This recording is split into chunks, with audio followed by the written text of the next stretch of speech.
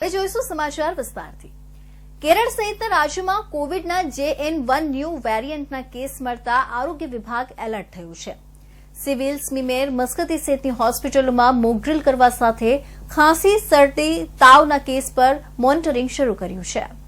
રાજ્યની રાજધાની ગાંધીનગર ખાતે કોવિડના નવા JN1 વેરિયન્ટના કેસ મળી આવતા સરકાર એલર્ટ મોડમાં આવી ગઈ છે। શહેરની સરકારી હોસ્પિટલો સહિત ખાસ કરીને 193 ખાનગી હોસ્પિટલોને રોજના કેસની માહિતી આપવા સૂચના અપાઈ છે। સિવિયર ખાંસી, શરદી અને તાવના કેસ ટ્રેક થઈ રહ્યા છે। જરૂર જણાય તો જીનોમ સિક્વન્સિંગ ટેસ્ટ પણ કરાય છે। ઓક્સિજન સપ્લાય કરનારના પણ રિવ્યુ કરવામાં આવ્યા છે। સિવિલ, સિમીમેર, મસ્કતી 4 સામૂહિક આરોગ્ય કેન્દ્ર, 61 શહેરી આરોગ્ય કેન્દ્રો અને 23 પ્રાઇવેટ હોસ્પિટલમાં PSA plant, oxygen concentrator, bed, દવા મુદ્દે મોકડ્રીલ કરાઈ હતી, જેમાં 2244 સરકારી bed, 9 PSA plant, 63 oxygen concentrator અને SARI, ILI માટે જરૂરી દવાઓની ઉપલબ્ધતા ચકાસાઈ હતી। 23 હોસ્પિટલમાં 3471 બેડ, 7 PSA પ્લાન્ટ, 288 કોન્સન્ટ્રેટર અને દવાની ઉપલબ્ધતા ચકાસી હતી। કોરોનાનું નવું વેરિયન્ટ આવતા દક્ષિણ અને ઉત્તર ભારતમાં 5 લોકોના મોત અને વધતા જતા કેસોને પગલે કેન્દ્ર સરકાર દ્વારા તમામ રાજ્યોને એડવાઇઝરી જાહેર કરવામાં આવી છે। રાજ્યમાં નોંધાયેલા 2 કોરોનાના કેસોને પગલે હવે સરકાર પણ એલર્ટ મોડમાં આવી ગઈ છે। ગુજરાતમાં ગાંધીનગરમાં કોરોનાના 2 કેસોના પગલે હવે સુરતમાં પણ કોરોનાને પગલે સાવચેતી લેવામાં આવશે। હાલ જે રીતે ઇન્ડિયામાં કોવિડની એન્ટ્રી થઈ છે, કેરળમાં પણ કેસીસ આવેલા છે અને ગાંધીનગરમાં પણ 2 કેસીસ ડિટેક્ટ થયેલા છે। એ રીતે ચાન્સીસ છે કે કોવિડ વધી શકે, પણ આમાં પેનિક કરવાની કોઈ જરૂરત નથી। અને આ કોવિડના લીધે આ સાઇન સિમ્ટમ્સ જે છે JN1 વાયરસ છે એના લીધે થાય છે અને આના સાઇન સિમ્ટમ્સ ઓલમોસ્ટ જૂના કોવિડ છે એના સિમિલર જ છે અને ટ્રીટમેન્ટ પણ એવું જ છે। અને એના માટે અમારી જે તૈયારી છે, નવી સિવિલ હોસ્પિટલની તૈયારી છે, એના લીધે અમારા જે ઓક્સિજન ટેન્ક્સ અને PSA પ્લાન્ટ છે એની મોકડ્રીલ કરાવી લીધી છે। એના લીધે જે દવાઈઓની જરૂરત છે, એન્ટીવાયરલ ડ્રગ્સ અને બધું જે દવાઈ એ અમારે પાસે પૂરતી સ્ટોકમાં છે।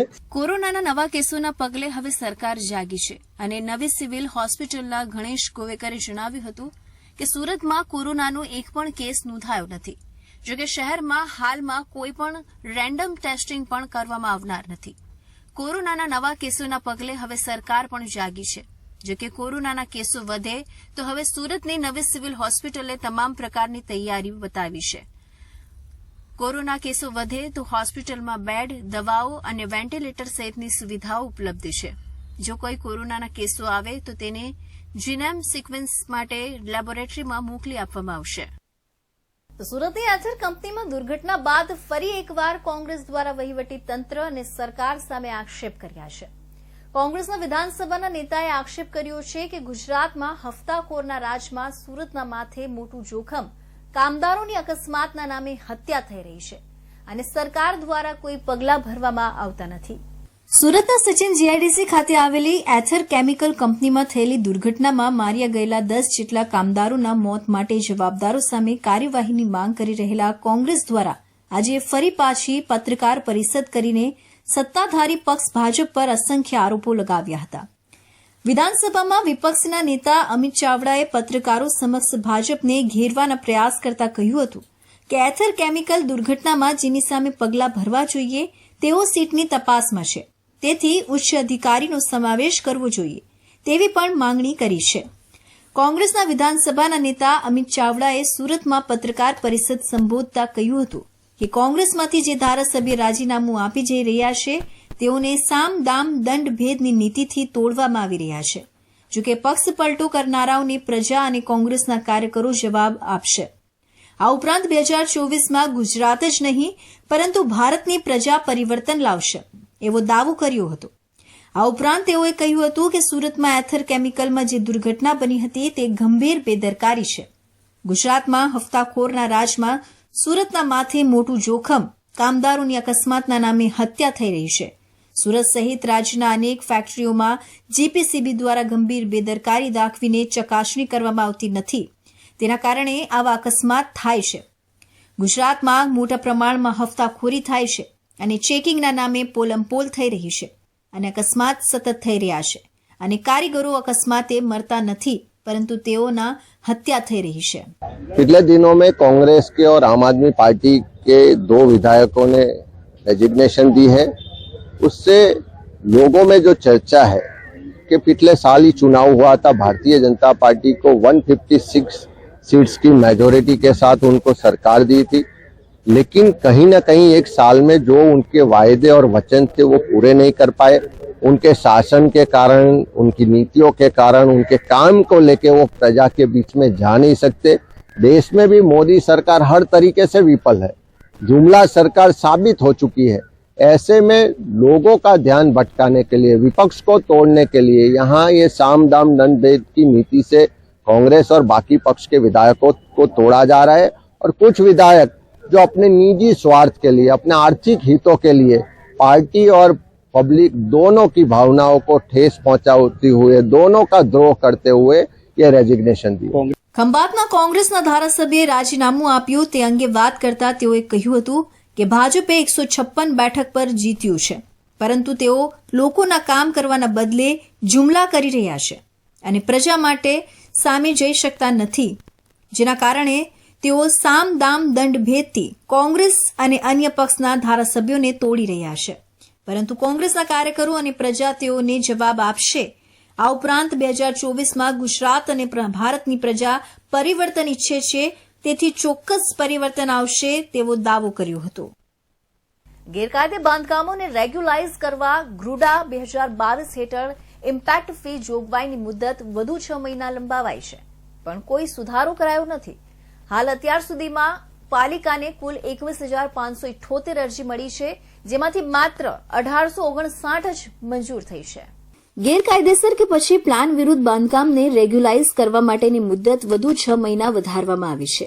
આ માટે વિવિધ ઝોનમાંથી અત્યાર સુધી 21,578 જેટલી અરજીઓ મળી છે, જેમાંથી માત્ર 1859 જેટલી એપ્લિકેશન મંજૂર કરવામાં આવી છે. સૌથી વધુ વરાછા AB મળી 9,556 અરજીઓ આવી છે. મહત્વની બાબત એ છે કે સેન્ટ્રલ ઝોનમાં 2,221 અરજીઓ ગેરકાયદે બાંધકામોને રેગ્યુલાઇઝ કરવા માટે મળી છે, પરંતુ તેમાંથી માત્ર 4 જ અરજી મંજૂર કરાઈ છે. 50% પાર્કિંગ મુદ્દોમાં સુધારો જરૂરી છે. હાલના નિયમ મુજબ કોઈપણ બિલ્ડિંગમાં જે તે સમયે ત્યારના નિયમો મુજબ બિલ્ડિંગ બની ગયું હોય છે તેવા બાંધકામોમાં તે સમયના નિયમો જ લાગવા જોઈએ.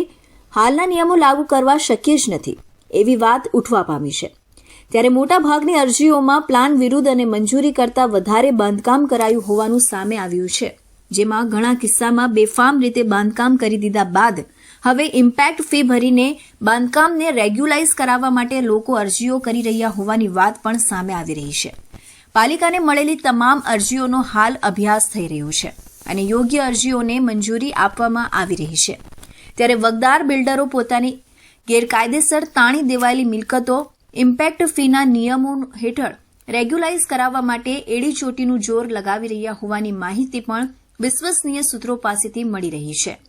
ત્યારે આવનારા દિવસોમાં આવા અસંખ્ય ગેરકાયદેસર બાંધકામો ઇમ્પેક્ટ ફી ભરીને રેગ્યુલાઇઝ થઈ ગયા હોવાની વિગતો સપાટી પર આવશે. કર્ણાટકના બીદર જિલ્લાની બિદરી આર્ટ દેશભરમાં વિખ્યાત છે.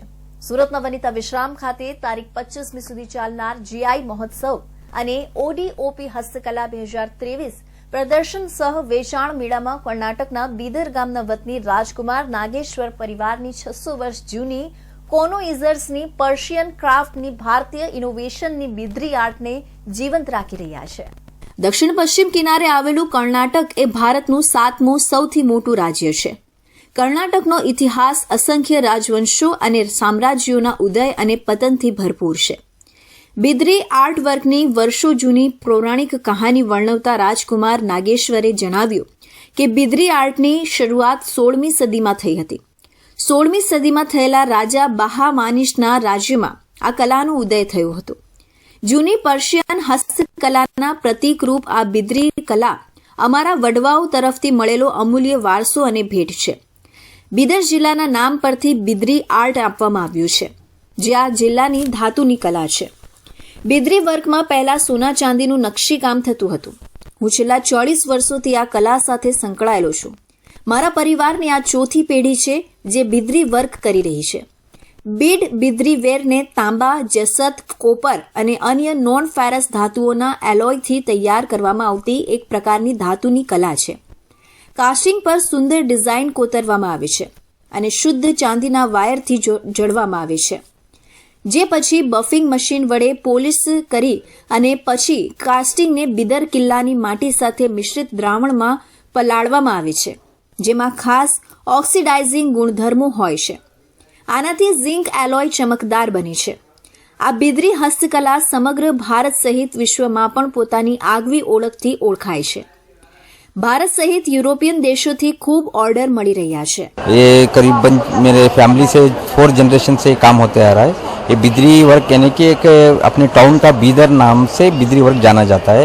ये अपने पास एक फोर्ट जो बहुमनी किंग थे, जो मुगल पीरियड में 600-700 साल पहले वो राजा महाराजों से ये काम चला आ रहा है.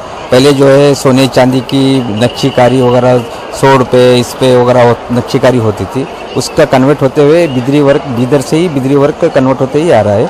इसमें हम जो मैं काम कर रहा हूँ इसमें 4 जनरेशन, मेरा मतलब पिताजी, दादाजी, परदादाजी अपने फैमिली वाइज ये ट्रेडिशनल काम कर रहे हैं हम. ये करीबन ये जो एक्चुअल जो मेटल होता है जिंक एंड कॉपर होता है, इसके ऊपर जो हाथ से जो डिज़ाइन किया जाता है, डिज़ाइन करके खुदाई करके अंदर चांदी का वायर से ठोक के फिर उसको फिनिशिंग किया जाता है. રાજકુમારે વધુમાં જણાવ્યું કે આજના આધુનિક ટેકનોલોજીના ડિજિટલ યુગમાં પણ હાથના હુનર દ્વારા કલાકારીથી વિવિધ ડિઝાઇન તૈયાર થાય છે. કોઈપણ મશીનના ઉપયોગ વગર જ ધાતુમાંથી બહેનો માટે નેકલેસ, બુટ્ટી, bangles, pendant, jewellery box, kitchen, હાથી, ઊંટ, સુરાહી, હુક્કા, ફ્લાવર પોટ જેવી હસ્તકલાની યુનિક વસ્તુઓ તૈયાર કરવામાં આવે છે. બિદરી વર્કને વર્ષો સુધી સાચવી શકાય છે. બિદરી એ બિદરનું બ્લેક ગોલ્ડ કહેવાય છે. લાઈફ લોંગ આઇટમ બને છે. જેટલું જૂનું થશે એટલી એની વેલ્યુ વધશે. 200-300 વર્ષ પછી મ્યુઝિયમ આઇટમ બની જશે, એમ રાજકુમારે જણાવ્યું હતું. તો હવે વાત કરીએ નવી ભરતીમાં ફરજ પર હાજર થયેલા એલઆરડી જવાનોની. તો હાલમાં રાજ્યમાં મોટા પાયે એલઆરડી જવાનોની ભરતી કરવામાં આવી છે. ત્યારે આ એલઆરડી જવાનો રાજ્યમાં અલગ અલગ પોલીસ સ્ટેશનમાં ફરજ પર હાજર થયા છે, જેનાથી કાયદો અને વ્યવસ્થા સુદૃઢ બનશે. પોલીસ જવાનો પર કામનો ભાર પણ ઓછો થશે. ત્યારે હાલમાં સુરત ગ્રામ્ય હેડક્વાર્ટર્સ ખાતે 8 માસની ટ્રેનિંગ પૂર્ણ કરી સુરત શહેર અને ગ્રામ્યમાં 212 જેટલા નવા એલઆરડી જવાનો ફરજમાં જોડાશે, જેનાથી કાયદો અને વ્યવસ્થા સુદૃઢ બનશે.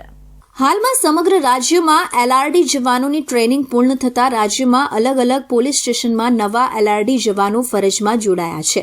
ત્યારે સુરત ગ્રામ્યમાં ગલુડી હેડક્વાર્ટર્સ ખાતે 8 માસની ભારે ટ્રેનિંગ બાદ 212 જેટલા એલઆરડી જવાનો સુરત શહેર અને ગ્રામ્યના પોલીસ સ્ટેશનમાં ફરજ પર હાજર થયા છે.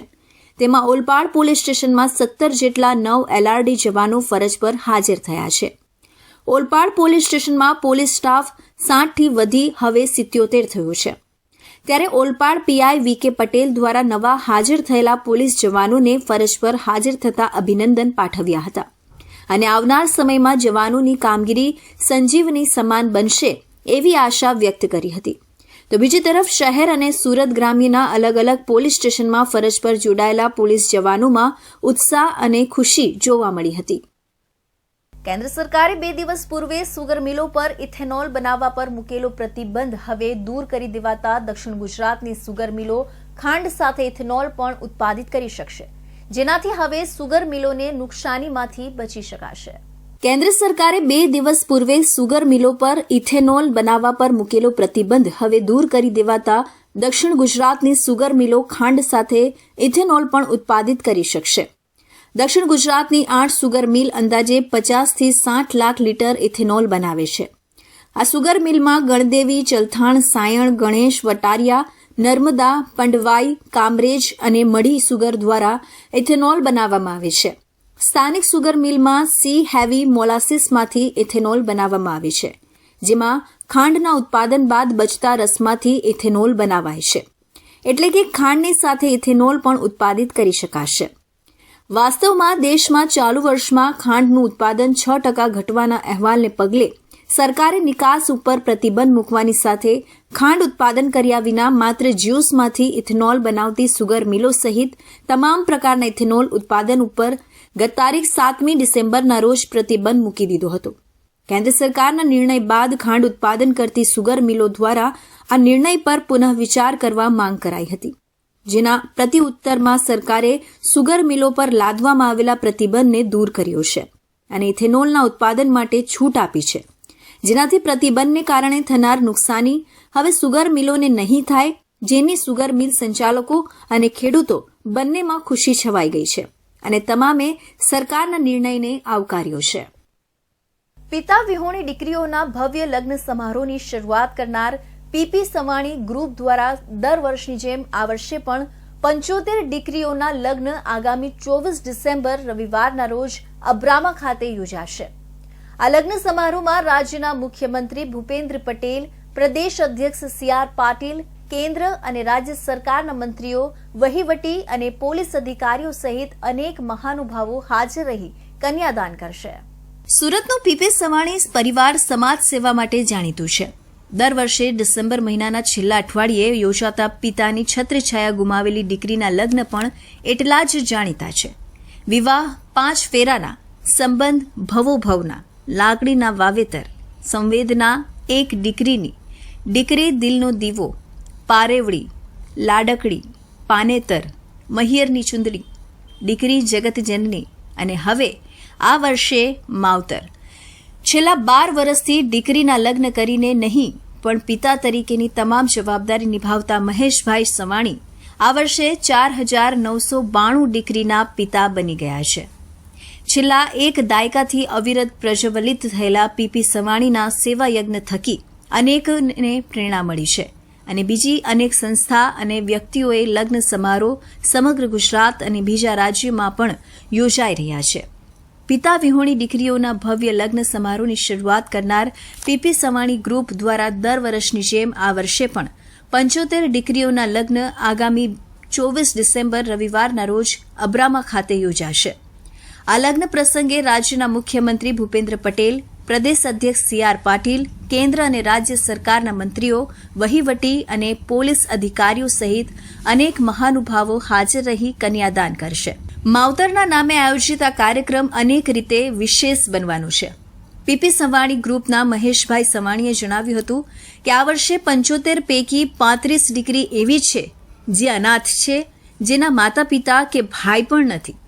25 એવી દીકરી છે જેની મોટી બહેન આ પહેલા અમારા જ લગ્ન મંડપમાં પરણી હતી અને 2 દીકરી તો મૂકબધિર છે, એક નેપાળ અને એક ઓડિશા અને 2 દીકરી ઉત્તર પ્રદેશથી પરણવા આવે છે.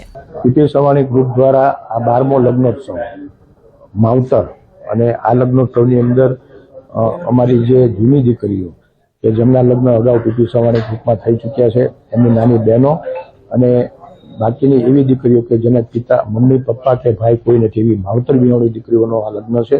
આજથી શરૂ થયેલ આ લગ્નોત્સવની અંદર આજીવન સુધીની અમારી જવાબદારી રહેતી હોય છે અને આ લગ્નોત્સવમાં આવતીકાલથી મહેંદી રસમ, ત્યારબાદ લગ્ન, બ્યુટી પાર્લર, ત્યારબાદ કુલ્લુ મનાલીની ટૂર, દીવની ટૂર અને એમના મમ્મીઓ માટે અયોધ્યા રામ જન્મભૂમિ, રામ મંદિરના દર્શન એ પ્રમાણનું આયોજન છે. પિતાની છત્રછાયા ગુમાવનાર હજારો બાળકોના શિક્ષણ, આરોગ્ય અને લગ્નની સંપૂર્ણ જવાબદારી નિભાવતા મહેશભાઈ સવાણીએ જણાવ્યું હતું કે અમે માત્ર કન્યાદાન કરીને કે કરિયાવર આપતા નથી. હું આ દીકરીઓના પિતા બનું છું. એક પિતાની જવાબદારીમાં માત્ર લગ્ન જ નહીં પણ એના પરિવારની પણ તમામ જવાબદારી હોય છે. મહેશભાઈ સવાણી દીકરીઓના જેમ પાલક પિતા બન્યા છે, એવી જ રીતે એમની સાથે સંકળાઈને બીજા અનેક લોકો પણ પોતાની સતત અને અવિરત સેવા આપતા હોય છે. સુરતના વરાછા વિસ્તારમાં રોંગ સાઈડ વાહન ચલાવનારને અટકાવી તેનો વિડીયો સોશિયલ મીડિયામાં મૂકનાર યુવક પર હુમલો થયો છે. રોંગ સાઈડ પર જઈ રહેલા યુવકોના બાઇકની ચાવી કાઢીને તેને અટકાવનારા પિયુષ ધાનાણીને યુવકોના ટોળાએ જાહેરમાં માર માર્યો હતો, જેનો વિડીયો સોશિયલ મીડિયા પર વાયરલ થયો છે. સોશિયલ મીડિયામાં એક્ટિવ રહેતા પિયુષ ધાનાણી પર જીવલેણ હુમલો થયો છે. વાહન ચાલકો સાથે તૂતુ મેમે થતા પિયુષ ધાનાણીની જાહેરમાં ધુલાઈ કરવામાં આવી હતી. વાહન ચાલકોનો વિડીયો બનાવી સોશિયલ મીડિયામાં વાયરલ કરવા જતાં બબાલ થઈ હતી. બબાલમાં વાહન ચાલકે વિડીયો કેમ ઉતાર્યો એમ કહી હાથાપાઈ કરી હતી. પિયુષ ધાનાણીને ઢોર માર મારવામાં આવ્યો હતો. સોશિયલ મીડિયામાં વિડીયો અપલોડ કરી પિયુષ ધાનાણી ફોલોવર્સ વધારતા હોવાનું પણ કહેવામાં આવી રહ્યું છે. સાથે જ રોંગ સાઇડ જનારા વિરુદ્ધ અપશબ્દો પણ પિયુષ બોલતો હોવાનું કહીને હુમલો કરવામાં આવ્યો છે. સમગ્ર મામલામાં ફ્રૂટની લારી ચલાવતા અને રોડ પર અન્ય કામ કરી ગુજરાન ચલાવતા લોકો વિરુદ્ધ પણ પિયુષ ધાનાણી વિડીયો બનાવીને સોશિયલ મીડિયા પર વાયરલ કરતો હતો. જેમ એ ઘણીવાર આપત્તિજનક શબ્દનો ઉપયોગ કરીને અને ઉશ્કેરણીજનક વાતો કરીને સોશિયલ મીડિયામાં છવાઈ જવાની કોશિશ કરતો હતો. સાથે જ મહાનગરપાલિકાની ટીમો માટે પણ એલફેલ વાતો બોલીને વિડીયો વાયરલ કરતો હોવાનું કહેવાઈ રહ્યું છે. આ જ કારણથી પિયુષ ધાનાણીની ધુલાઈ કરવામાં આવી હતી. સમગ્ર મામલે પોલીસ હુમલો કરનાર 4 લોકો વિરુદ્ધ ગુનો નોંધીને 4 જેટલા ફ્રૂટની લારી ચલાવતા હુમલાખોરની ધરપકડ કરીને કાયદેસરની કાર્યવાહી કરી છે. જેમાં ઝડપાયેલા તમામ પરપ્રાંતીય યુવકો હોય એવું પણ કહેવામાં આવી રહ્યું છે કે પિયુષ પરપ્રાંતીય લોકોને નિશાન બનાવીને સોશિયલ મીડિયામાં વિડીયો અપલોડ કરીને ચર્ચામાં રહેવાની ટેવ ધરાવે છે અને લોકોમાં અન્ય પ્રાંતના લોકો વિરુદ્ધ ઉશ્કેરણીજનક અને આપત્તિજનક ટિપ્પણી કરતો હતો, જેથી ઉશ્કેરાયેલા યુવાનોએ આ હુમલો કર્યો હતો. લોકો રોંગ સાઈડમાં ન જાય આના માટેની એક અવેરનેસ એક જાગૃતતા ફેલાવવાનું કામ કરું છું. આજે સવારે 10 વાગ્યા આસપાસ વરાછા મેઇન રોડ ઉપર ચીકુવાડી ફ્લાયઓવર બ્રિજ નીચે જે ધનુષ આકારનો બ્રિજ બન્યો છે એની નીચે અવેરનેસ માટે ઉભો તો અચાનક જ 4 કરતા વધારે લોકોનું ટોળું ધસી આવ્યું અને જીવલેણ હુમલો કર્યો છે. મારા વાળ ખેંચ્યા છે, મને નીચે પછાડ્યો છે ને શરીરના વિવિધ ભાગે મને પગથી અને હાથથી માર્યો છે અને આવનારા દિવસોમાં જોઈ લેવાની ધમકી આપી છે. મારો એવો અંદાજ છે કે એ રોડ ઉપર જે ફ્રૂટની લારીઓનું દબાણ મેં અને આ વિસ્તારના અન્ય જાગૃત નાગરિકો કોર્પોરેટર શ્રીઓએ જે ભેગા મળીને એમને હટાવ્યા છે એનો બદલો લેવાની આ ભાવના છે. જાગૃતિ, લોક જાગૃતિ માટે હું ત્યાં ઉભો હતો અને આ ઘટના ઘટી છે. એટલે પોલીસનું કામ કરું છું 365 દિવસ કોઈ પણ જાતના સ્વાર્થ વગર. મારી અપેક્ષા છે કે મને સપોર્ટ મળવો જોઈએ, મને ન્યાય મળવો જોઈએ. પિયુષ ધાનાણી રોંગ સાઇડ પર આવતા વાહન ચાલકો સાથે રોડ પર ધંધો કરતા ફ્રૂટના લારીવાળાને હેરાન કરતો હતો. મહાનગરપાલિકાની ટીમો બોલાવી ફ્રૂટ વેચનારાઓની લારી ઉઠાવી ગમે તેમ એલફેલ ભાષામાં બોલતો હતો. ફ્રૂટની લારીવાળા સાથે આ પ્રકારનો 3 વખત વ્યવહાર થઈ જતા આક્રોશમાં આવેલા ફ્રૂટની લારીવાળાઓ દ્વારા પિયુષ ધાનાણીને જાહેરમાં માર મારવામાં આવ્યો હતો. સમગ્ર મામલે કાપોદ્રા પોલીસે 4 ફ્રૂટ વેચાણ કરતા ઇસમોની ધરપકડ કરી કાર્યવાહી કરી છે. ચિલ્ડ્રન્સ રિસર્ચ યુનિવર્સિટી દ્વારા આયોજિત વિકસિત ભારત @2047 અંતર્ગત શ્રીમતી જેપી આર્ટ્સ કોલેજ વલસાડમાં ચિલ્ડ્રન્સ રિસર્ચ યુનિવર્સિટીના અધ્યાપક ડોક્ટર રોનક પરમારનું વ્યાખ્યાન યોજાયું હતું. વિદ્યાર્થીમાં જાગૃતિ આવે અને રાષ્ટ્રવાદ અંગે જાણકારી આપવા સાથે દેશભક્તિની ભાવના જાગૃત કરવા સમગ્ર કાર્યક્રમનું આયોજન કરવામાં આવ્યું હતું. વલસાડમાં ચિલ્ડ્રન્સ રિસર્ચ યુનિવર્સિટી દ્વારા આયોજિત વિકસિત ભારત @2047 અંતર્ગત શ્રીમતી જેપી આર્ટ્સ કોલેજ ખાતે ચિલ્ડ્રન્સ રિસર્ચ યુનિવર્સિટીના અધ્યાપક ડોક્ટર રોનક પરમારનું વ્યાખ્યાન યોજાયું હતું. યજ્ઞ વ્યાખ્યાન માળાના આ કાર્યક્રમમાં ડોક્ટર રોનક કુમારે પોતાના વ્યાખ્યાનમાં વિકસિત ભારત વિશેની માહિતી આપી હતી. વિકસિત ભારત શું છે તેની સમજણ યુવાનોને આપી હતી. વિકસિત ભારત 2047 સુધીમાં આપણે આપણા રાષ્ટ્રને ઉચ્ચતમ દિશા તરફ લઈ જવા માટે નવ યુવાનોની ભૂમિકા શું છે તેનું મહત્વ સમજાવ્યું હતું. એક યુવાન તે ધારે તો શું કરી શકે અને ભારત જ્યારે આટલું મોટું યુવા ધન ધરાવતો દેશ હોવાથી આપણે આપણા રાષ્ટ્ર માટે શું કરી શકીએ તે વિષયક બાબતોની સમજણ આપી હતી. તેમજ આપણે આઝાદી પૂર્વેના રાષ્ટ્રવીરોની જેમ બલિદાન આપવાનું નથી, પરંતુ આપણે સમાજને ઉપયોગી થઈ શકીએ તેમજ આપણે શ્રમ, સેવા, સમર્પણ અને ત્યાગ દ્વારા રાષ્ટ્રને માટે કંઈક કરી છૂટીએ તેવી બાબતોની વિસ્તૃત રજૂઆત કરી હતી. સમાજ, સરકાર અને રાષ્ટ્રએ ઘણું બધું આપ્યું છે. આપણે પણ આપણી મહત્વની ભૂમિકા અદા કરીએ અને રાષ્ટ્રને વિકસિત ભારત @2047ના સંકલ્પને સિદ્ધ કરવા માટે પ્રયત્ન કરીએ. આવી વિસ્તૃત જાણકારી આ વ્યાખ્યાન દ્વારા યુવાનોને આપવામાં આવી હતી. આપની સમક્ષ જ્યારે આ સુંદર મજાનો કાર્યક્રમ લઈને આવી રહ્યા છીએ ત્યારે સરકારની એકલી જવાબદારી નથી. મિત્રો, ધ્યાનથી સમજીએ કે સ્વચ્છ ભારતનું અભિયાન ચલાવે. હવે આપણે જ્યારે ગ્રો થઈ રહ્યા છીએ ત્યારે અબ્દુલ કલામ સાહેબને એક નાનકડું સેન્ટેન્સ મને કહેવાની ઈચ્છા થાય છે. 2009માં જ્યારે માસ્ટર્સમાં હતો ત્યારે સફારી મેગેઝિન ને લિબર્ટી મેગેઝિન્સ ને બધું વાંચતો ત્યારે બહુ સુંદર વાત એમાં જાણવા મળી કે ભારતનો એ જ નાગરિક છે કે જે નાગરિક વિદેશમાં જાય છે ત્યારે થૂંકતા 100 વખત વિચાર કરે છે કે મને અહીંયા પેનલ્ટી લાગશે, દંડ લાગશે. તો શું આપણે બધા પેનલ્ટીથી જ સમજીશું? હા, આપણે બધા વી આર ઓલ એજ્યુકેટેડ. હા, આપણે બધા ગ્રેજ્યુએટના પ્રથમ વર્ષમાં હોઈએ. આપણે જ્યારે ગ્રેજ્યુએટની દીક્ષા લઈને બહાર નીકળીશું તો આપણી પાસે સમાજની આ અપેક્ષા હશે. આ કાર્યક્રમમાં 898 વિદ્યાર્થીઓએ ભાગ લીધો હતો અને તેઓએ વિકસિત ભારત @2047ની સમજ પ્રાપ્ત કરી હતી. કાર્યક્રમને અંતે વિદ્યાર્થીઓ રાષ્ટ્રગીતમાં શિસ્તબદ્ધ રીતે જોડાયા હતા. આ કાર્યક્રમમાં 898 વિદ્યાર્થીઓએ ભાગ લીધો હતો અને તેઓએ વિકસિત ભારત @2047ની સમજ પ્રાપ્ત કરી હતી. કાર્યક્રમને અંતે વિદ્યાર્થીઓ દ્વારા રાષ્ટ્રહિત માટે સંકલ્પ લીધા હતા. તો આ હતા સુરત બુલેટિનના મહત્વના સમાચાર. ફરી મળીશું અન્ય નવા સમાચારો સાથે. ત્યાં સુધી જોતા રહેજો ઇન્ડિયા ન્યૂઝ ગુજરાત.